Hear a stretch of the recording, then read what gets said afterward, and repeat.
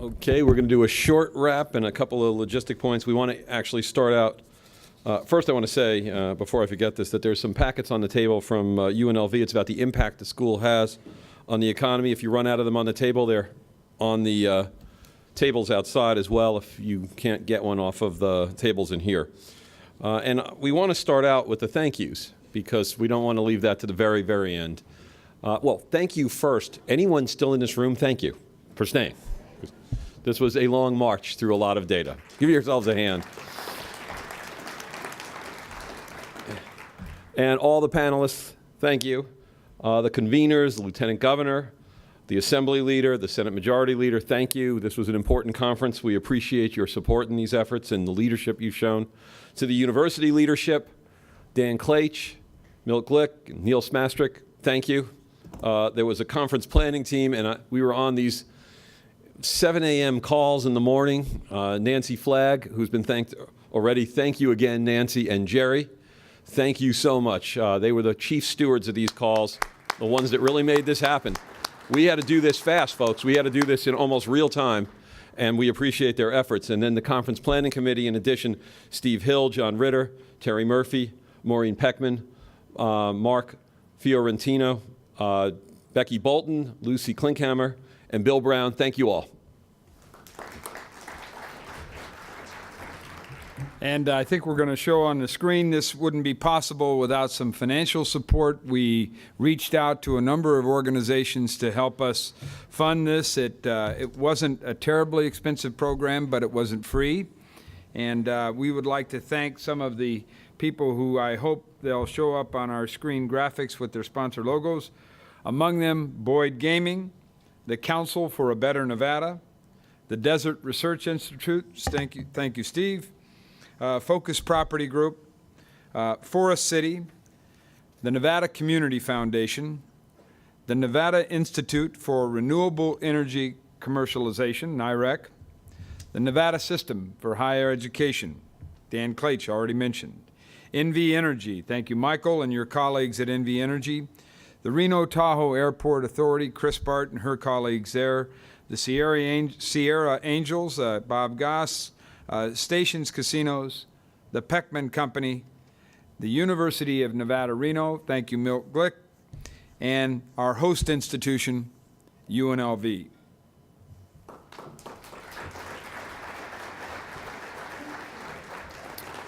So we're going to give some final wrap thoughts, some comments, and a couple of points I think we need to follow up on. And then what we're going to do is quickly turn to the audience. The mics are available.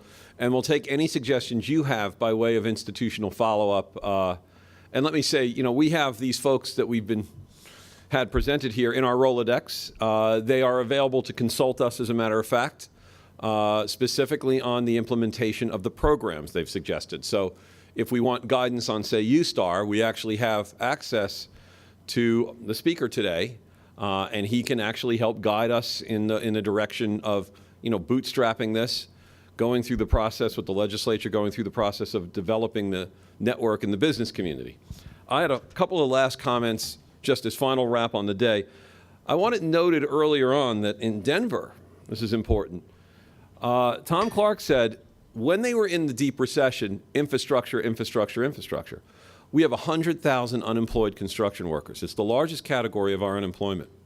If it were not for those unemployed construction workers, we would have high unemployment, certainly, but we wouldn't have the country's highest unemployment. They're the sector the least likely to come back anytime soon without public investment. We have big projects we need. We're the only place without an interstate to the next nearby big city between Phoenix and Las Vegas. We have high-speed rail we can build. We have extra water projects we can do. So we have a lot of things we can do in the short haul in that employment category.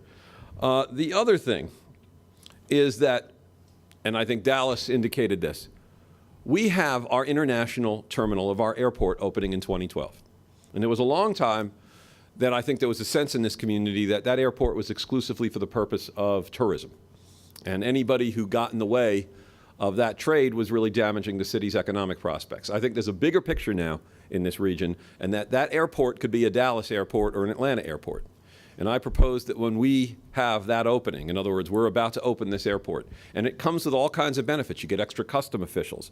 We have an airport in Los Angeles that doesn't want the trade. It literally is overwhelmed by air cargo and would love to spill some of that into the Las Vegas airport, as a matter of fact. And there was a concern, again, we were going to reach our capacity in this airport by 2017. We had plans for a spillover airport. The reality is we're not going to get there. The reality is that instead that we have this capacity for some of these other alternative uses of the airport. And they didn't go into it, but air cargo was one of the key ingredients that helped build Dallas and Atlanta, as a matter of fact. And so we need to sit down ahead of that airport opening, bring all the airport authorities in, bring Atlanta and Dallas in, and experts in know how to leverage airports, and have that discussion, because that's low-hanging fruit, folks. We have this capacity. You heard Dallas impressed with our airport, and they should know. They built an entire metropolis off an airport.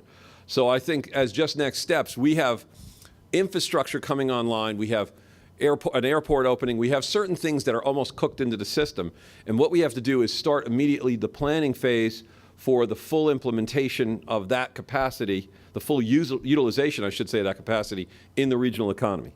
And as just a final comment, and I'm going to turn this to Phil, as far as next steps, Brookings Institution is a resource, and think of us that way, as available.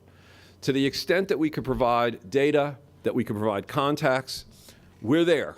And we have national contacts, but we also have regional contacts. What you saw on display today is that the Brookings Mountain West is a regional partnership by our peer regions in places like Denver and Phoenix and Salt Lake, and we're constantly in these spaces. We did the actual study on budget, for example, in partnership with the Morrison Institute at ASU. So we are a resource with national connectivity, but we're also a resource in the sense that any of this comparative information that you need out of these other cities, and we have more folks in these cities that we have contact with that are working on these issues as well, certainly tap us for that purpose. That's what we're here for. Thanks.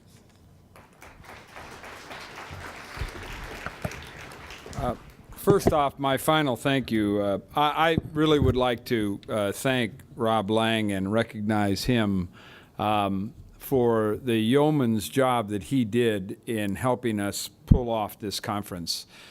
He went out to all of these speakers. He was in Utah a week ago at 10 below. He was in Dallas, he was in Denver, he was in Washington, D.C. He made sure these speakers were prepared, that they had their materials, that they understood the goals that we were trying to achieve. And Rob, I'm very grateful, all of us are very grateful for what you've achieved there, and it's been terrific. So I have just one short comment, and then perhaps something, if I could have your indulgence at the end, just some tongue-in-cheek comments, but I'll get to those. The one thing that I wanted to talk about a little bit is that one of the things that influenced me most during my business career was a book I read once that talked about how companies that are in significant transitions, where the industry is moving from one state to a global, or changing from a manual system to a very sophisticated digital system, or there's lots of new competition. You name the circumstances. When you're faced with that, you've got to deal with two things, I think. You've got to deal with the core that has gotten you where you are. And that core for Nevada is the hospitality industry and the hosting industry, as it was referred to, our convention industry, and it's the mining industry. And it's helped this state from Elko and Winnemucca to Reno to Tonopah to Las Vegas and Laughlin. And we've lost a tremendous number of jobs in that sector.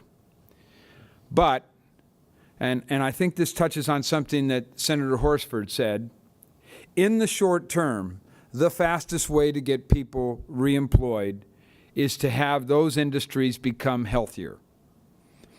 We can't abandon those industries. No one has suggested that. But we must preserve that core. We must make sure that core industries that have brought us to where we are today are preserved, remain healthy, and are a part of our economy in the long term. But the trick for management, and the trick for us today, is what's outside that core.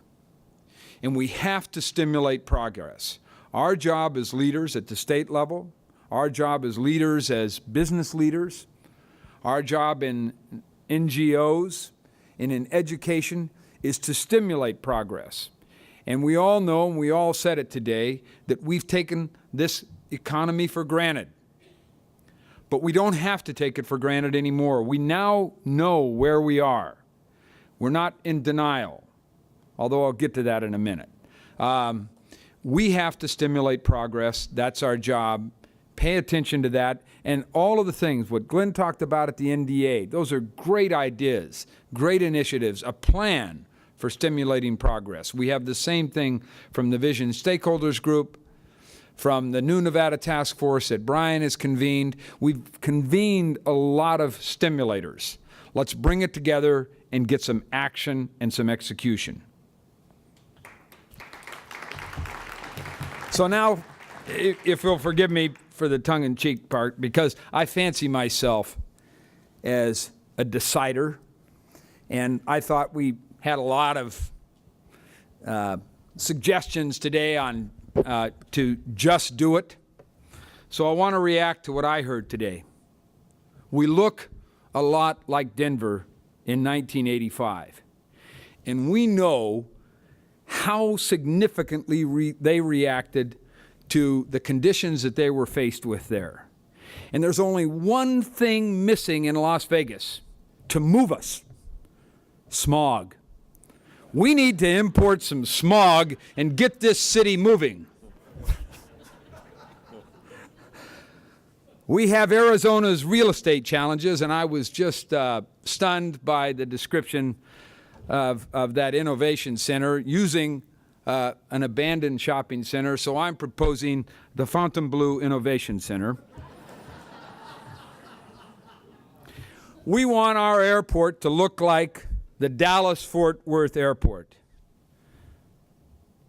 And we heard from Mike how that community came together on a regional basis. So I'm proposing in the next legislative session a gigantic airport in Tonopah, Nevada, called the Lorena Vega International. And finally, I guess this is all that funny for many people here, but I think it's obvious, and this is a pretty serious remark, that we look a lot like Utah.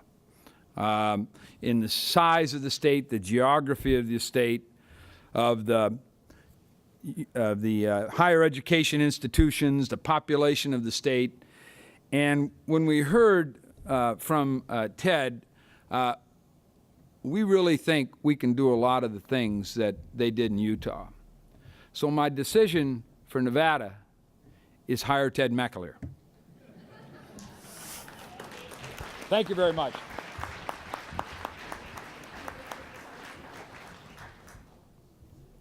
Okay, now all we're going to do is take a few suggestions from the audience, and then that's it. That's a wrap, folks. So don't stare at people who stand up and say, sit down because I want to get out of here. I know how that works.